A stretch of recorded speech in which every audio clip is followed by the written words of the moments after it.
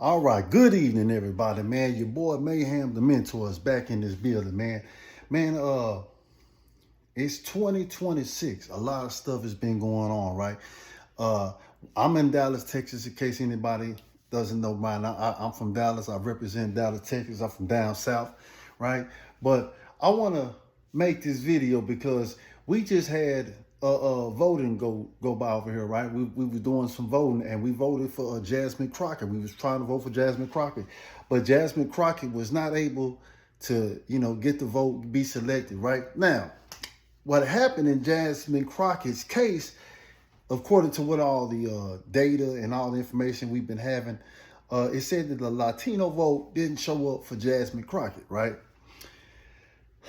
So, I mean, that's just what I've been, seeing, and I'm just saying. So what that made me think about was the racism in the state of Texas dealing with the Latino community, right?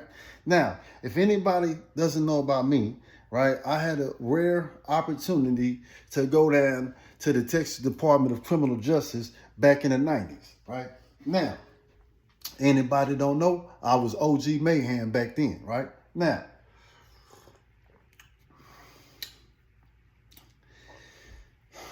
this election and the response that we got from the Latino community, it reminded me of the racism that I was able to witness while I was in prison, right? And let me tell you, one of the biggest consequences to Latino racism in prison: Tango blast. Tango blast, right? So, when I got locked up February 5th, 1996 for breaking the law, aggravated criminal, you know what I'm saying? I'm embarrassed, guilty of aggravated robbery, right? I was sentenced to do time in the Texas Department of Criminal Justice. Now, during this time of my incarceration, this is when prison was prison, right? When I entered Texas Department of Criminal Justice, we had what they call prison gangs in there, right? And at this time in 1996, there was no such thing as Tango Blast or City Boys, or at least where I was at, right? And I was in TDC, right? So, and I need people who know about this to confirm what I'm saying, because this is back when they had real prison gangs in prison, right? Texas Syndicate, Mexican Mafia, Rasa United, right? Those were the Latino gangs in prison, and they were heavily racist. All of them were, right? Now, when I came into prison, it was rough, right? The officers didn't have a lot of empathy for you. This was after turnkeys. Turnkeys were gone, right? When turnkeys left prison, that's when the gangs entered prison, right? So, when I entered prison, if somebody would have called themselves Tango Blast or say they were Tango Blast, they would immediately be exited off that unit, right? The gangs, the Latino gangs, would get you off of the unit, not black people, right? Let's just make that clear, right? The Latino gangs didn't have nothing to do with nobody that was playing around with their race. If you was a Latino, you was a Latino. You couldn't be no fly Latino. Not in Texas Department of Criminal Justice, right?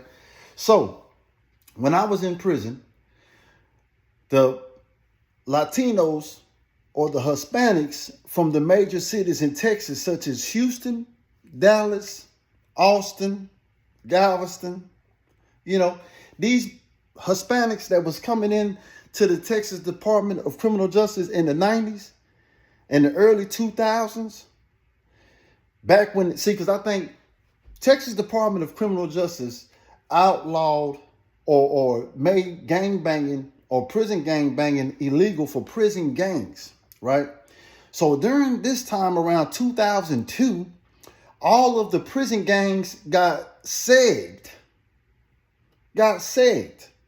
So if you were a Texas Syndicate inmate with Texas Syndicate tattoos or Texas Syndicate propaganda around you, you was confirmed gang member and you were gone. Right?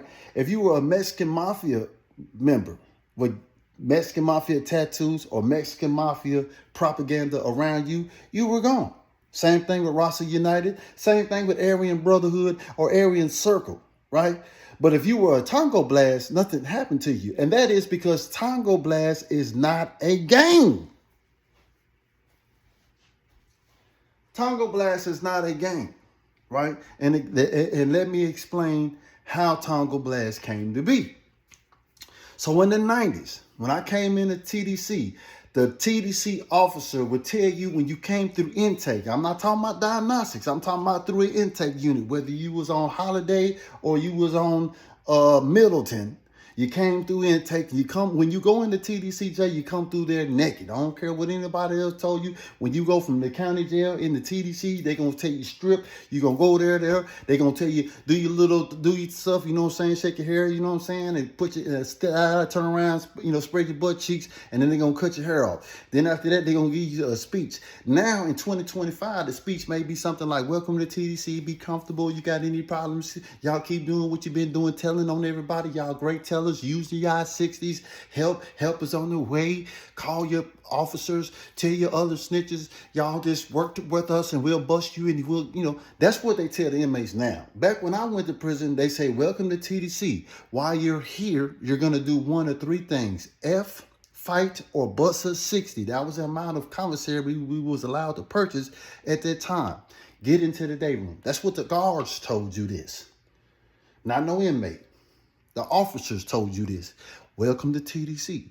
While you're here, you're going to do one of three things. F, fight, or bust a 60. You're either going to have sex, either you're going to fight, or you're going to pay, bust a 60 for protection. That's what the officers told you that. I'm not making this up. Ask somebody who came to prison in the 90s. Just telling you. So back in my days, right? There were only 3 Latino gangs. I just told you what they were. Mexican Mafia, Texas Syndicate, or RU. If you wasn't one of them Mexican 3 gangs, you weren't gang banging in prison. If you wasn't the Aryan Brotherhood or Aryan Circle, you couldn't be something else. You couldn't come in there and make up some white night flight top with none of that.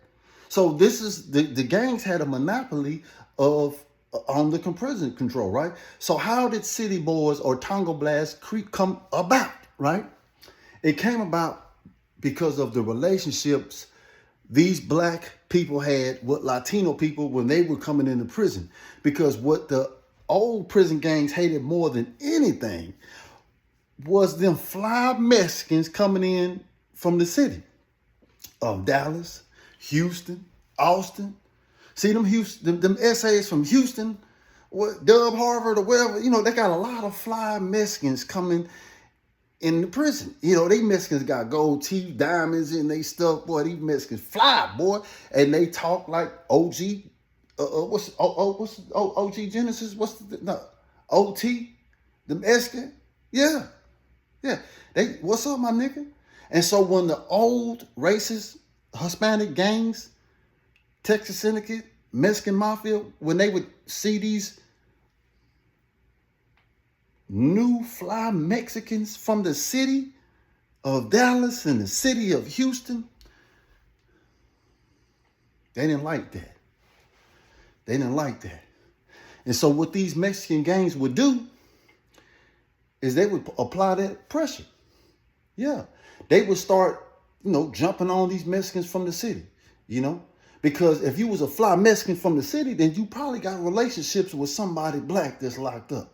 And because of your relationship with black people, the gangs really didn't like you, right? Not only do you talk like them, but you talk to them. You're talking with them, eating with them, sharing with them, doing business with them. The Mexican gangs really didn't like that, right? And so what they would do was they would try to get them to join, right? Hey, man. And if back in those days, you just couldn't jump into no Mexican gang. You just couldn't walk into prison and be like, I want to be TS or I want to be Mexican Mafia or any gang. You couldn't walk in and be nothing, right? Any gang that you had to be a part of, you was part of that in the world, or you was going to come in there and you was going to, if you was a lot, as far as like the Latino gangs and the white people gangs, you had to be what they call a prospect. Yeah, you had to be a prospect. That's what they called each other's prospect. You know what I'm saying? And that's what they did. They went over there and they asked the young Mexicans coming in from the city, Houston and the city of Dallas. They say, man, we want you to be down with this gang stuff. And the Mexicans from the city, they grew up with black people, been moving work all their life, rapping. You know, these fly Mexicans. These ain't no cholo Mexicans. Nah. These ain't no lowrider Mexicans. I'm talking about the Mexicans from the city. I'm talking about the little Kiki Mexicans. I'm talking about the fly Mexicans. I'm talking about the OC Chris Mexicans. You know what I'm saying? I'm talking about them type of Mexicans. See, that's a tango blast right there. That's tango blast right there. Any fly Mexican from a major city, except San Antonio, is tango blast. I don't know what's going on with San Antonio, but San Antonio has historically been Mexican mafia, right? And Mexican Mafia was also the biggest gang from my understanding. Back when I was in prison, they were the most, as far as Latino is concerned, they had the most people. They were more Mexican Mafia members in prison, in population back when I came to prison than any other Latino gang, right? And then you had Texas Syndicate, who was probably right next to them in numbers, but they were more violent than Mexican Mafia. You know what I'm saying? That Texas Syndicate did not play. You know what I'm saying? It was very difficult to be a Texas Syndicate. You know what I'm saying? Everybody couldn't be no Texas Syndicate, for sure. But Mexican Mafia was they was more lenient. You know what I'm saying? Which I guess maybe caused them to have a lot more numbers or whatever. And then you had Raza United, who was kind of the new version. They was like the newest gang out of all three of them. But nonetheless, when TDC started segging these gangs, that's what took these gangs out. Not Tango Blast. TDC took these gangs out. TDC started segging these gangs. And when TDC segged these gangs, they took about, a good 30 to 45% of all the Latinos out of normal population and put them in segregation. I was a seg SSI on Cofield, so that's what make me qualified to talk what I'm saying. You feel me? I'm qualified. I was on Cofield seg, and if you know anything about Cofield, the Texas Department of Criminal Justice, Cofield, we house disciplinary unit seg, and we house safety threat group gangs. You know what I'm saying? And I really wasn't knowing this when I became an SSI. I was coming out the bottom of the barrel. I was a close custody inmate, medium custody, G5, G4 inmate for y'all new guys, right? But when I came into TDC, I was 18 years old. I wasn't listening. I didn't know I had the mind or whatever. I was just bucking along. You know how we do it. You know what I'm saying? But I learned that, if you mind the rules, you can probably, you could probably move around a little bit more. You know what I'm talking about? So when I started trying to, like I say, go home, you know what I'm saying, I was able to get better jobs besides the field forces. One of the jobs that I was able to get was the SSI. Now, being an SSI is a privilege in TDC. You know what I'm saying? Don't let nobody lie to you. You know what I'm saying? You got a job as SSI. You can probably hustle, make a little money, and you out your cell, and you get to move around. You know what I'm talking about? So, but they end up putting me in SEG because for whatever reason, you know what I'm saying? I'm not going to sit here and find out why they think the way they think. Man, they put me in SEG as a SEG SSI, which is dangerous, right?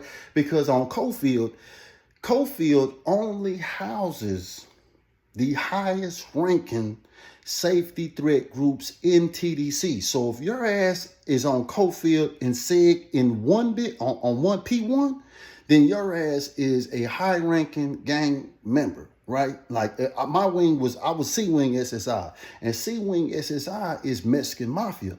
And Mexican Mafia was like everybody on his wing is Mexican Mafia, but not only Mexican Mafia, but they are the highest ranking members of Mexican Mafia, who they put them on Cofield, which is the dungeon, right? So they got their ass over here on Cofield in SEG because are confirmed gang members. They didn't break any rules. They didn't do anything wrong. They are just confirmed leaders of the Mexican Mafia gang. And with that being said, they are a safety threat group gang, and they're going to be in here. And every year they get reviewed and they get to see if they can get up out of here. But some of these dudes been in here 25, 30 years in this same cell. But my dumb ass, I'm sitting here like they just regular inmates. Hell nah, nigga, these some millionaire inmates. Boy, say, these the highest ranking members of the Mexican Mafia in Texas. And my dumb ass looking at these Mexicans like they already locked up. Shit, right?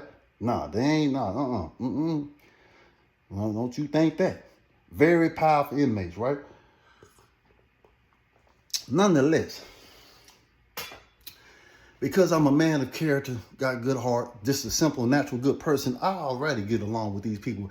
And back when I came into prison, a lot of these guys were in population. So I know a lot of them from just doing time, right? Just being out here in population with them. So now they got confirmed that their ass is back here and thing. So, but anyway, my job as an SSI is just to make sure that they get their coffee, that they get their food, that their rings clean and all that. And I do that, you know what I'm saying? Because I understand what it's like to be locked up, confined in these cells 23 hours a day. Man, you don't never want to be in a situation. Don't never, ever try to go and say it. It's the hardest time. A human being is not built to be alone, right? But anyway, nonetheless, you know, we back here doing time. You know what I'm saying? I'm SSI, they in the cell. So, you know, I get to meet all these guys, you know what I'm saying? So they got a Texas syndicate back here and all these, right? So when I tell you that it was a lot of things that transpired to make Tongo Blast. It wasn't that just Tongo Blast. And then for one of the things that I want to disperse is that they were saying that Tongo Blast was started because black people were trying to extort Mexicans. No.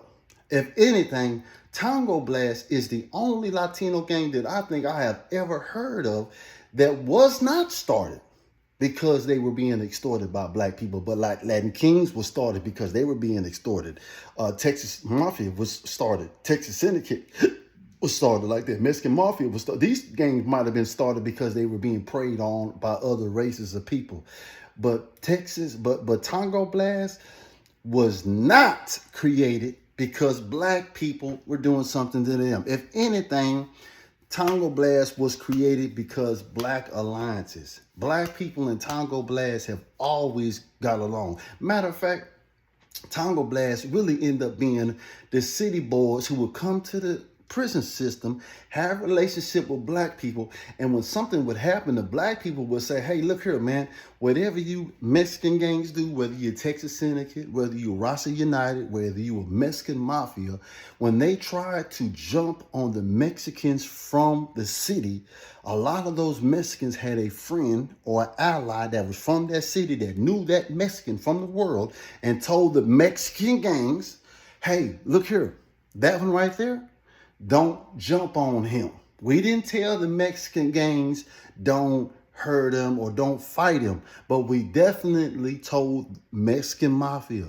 Texas said, we didn't ride behind this. I didn't fought behind this right here. We didn't set riots off behind Mexicans jumping on other Mexicans.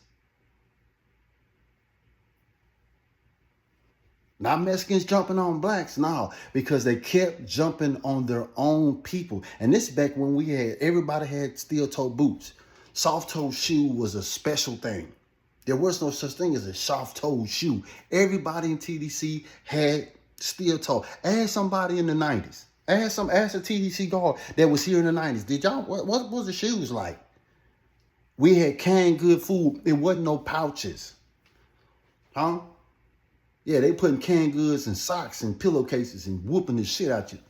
Yeah. So black people helped the Latinos from the city stop being abused and violated by Latino gangs that were trying to extort them. And because of that, we had an abundance of Latinos from the city that weren't participating in the gangbanging shit.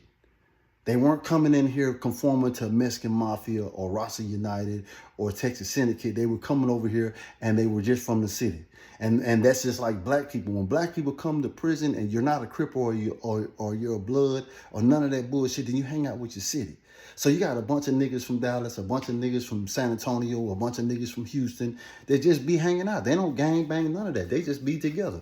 You know what I'm saying? They call them neutrons or whatever, but they just doing their time and they trying to go home. That's what City Boys was. We never looked at City Boys as a gang. City Boys was just, you know, some Mexicans that would come into prison that was trying to do their time and go home. They have no structure. There was no, that's why they never were segged. Tongo Blast was never segged in TDC, right?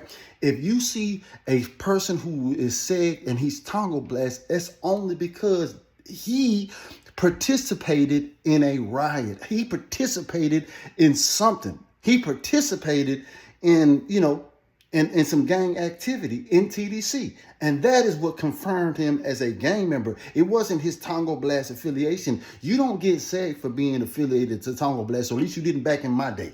You know what I'm saying? You can have Tongo Blast tattooed all on you. You can say Tongo Blast, you can have all that, because it doesn't mean nothing. It means you're a city boy and you're not gang banging. You're not a gang.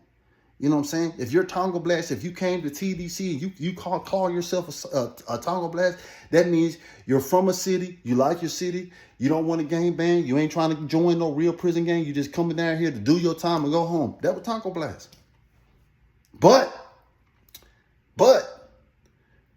if it wasn't for nobody black, if it wasn't for black people having your back, it wouldn't be no Tongo Blast. And that's what I do not like. I don't like people out here because for whatever reason, I don't know why the Latinos or some of the Mexicans don't talk about it, because Tongo Blast is only started because Mexicans were harassing other Mexicans because they talk like they were black. And y'all know, if you know the truth, man, tell it. Tell it, man. You know what I'm saying? Y'all be acting like y'all don't know, because these are the Mexicans from the city, different from the Mexicans out there in the country in West Texas and Lubbock and San Antonio. Not even say San Antonio, but Brownsville. They got a lot of these Mexicans in Tulia, Texas, and you know, out here in Plainview and stuff like that, Hispanics. You know what I'm saying? They come to way think they 100% white, and they cannot stand a Mexican from the city. Because the Mexicans from the city, according to them, act and talk like they black. The Mexican was coming in the TDC, fly boy. What's up, baby? What's up, baby? Mexicans, mouth full of gold, mouth full of diamonds. Mexican. And he talking, yeah, he ain't with none of that. He ain't with none of that racist shit. You know what I'm saying? He fuck with all the niggas. All the niggas know the nigga. Come on, man. And the Mexicans be mad at him. Boy, they be wondering, nah, they don't like that. They don't like that. And that is how you got Tongo Blast. So Tongo Blast and black people have always been together. Always. We've always hung out. We were brothers. You know what I'm saying? We really fought the same fight. We really, you know what I'm saying? We did business with them. We played with them. We had tournaments with them. They hooped with us. A lot of them some great athletes. You know what I'm saying? A lot of them Mexicans, a lot of Mexicans out the city, they hooping. There's some hooping. They gonna shoot that ball, man. But anyway, I just wanted to put that out there because I saw the Jasmine Crockett, and I say, man, if anybody needs to be speaking up on behalf of racism, besides myself, as far as in the Latino community, it's them people who Tongo Blast. If you a Tongo Blast person, if you represent that Tongo Blast, I love you, I respect you, but tell the people, man, why you Tongo Blast. Tell them why. Tell them the truth. Tell them how some of your brothers, some of your people out there was treating you when you went down there. And tell them, why did y'all create? Where your foundation at? You know what I'm saying? Why you Tongo Blast? Why you ain't Mexican Mafia? Why you know what I'm saying? Why you say nothing, right? Couldn't be nothing. You couldn't out here, couldn't do your time and be left alone. Huh? Why you couldn't do your time and be left alone? Why you couldn't be nothing? You Tongo Blasting because you a city boy, and you a city boy because somebody was messing with you, and then somebody had to stop it. And y'all kind of like, once you got your feet underneath the ground, now y'all can stand and be proud and just do your time and go home like a G. And I respect it. So I just want y'all to acknowledge that too. Correct me if I'm wrong. If you heard what I said, you disagree with what I'm saying, let me know. Because last time I checked, I was there.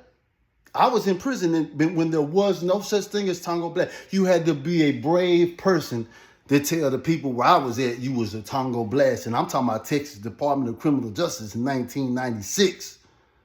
Yeah, where you was at then. I'm out there. You know what I'm saying? But I tell you what, a lot of people would never stand up for you, but guess who did stand up for you and say, hey man, don't jump on him. Don't jump on that essay. Don't do him like that, man. That's my homeboy from the world.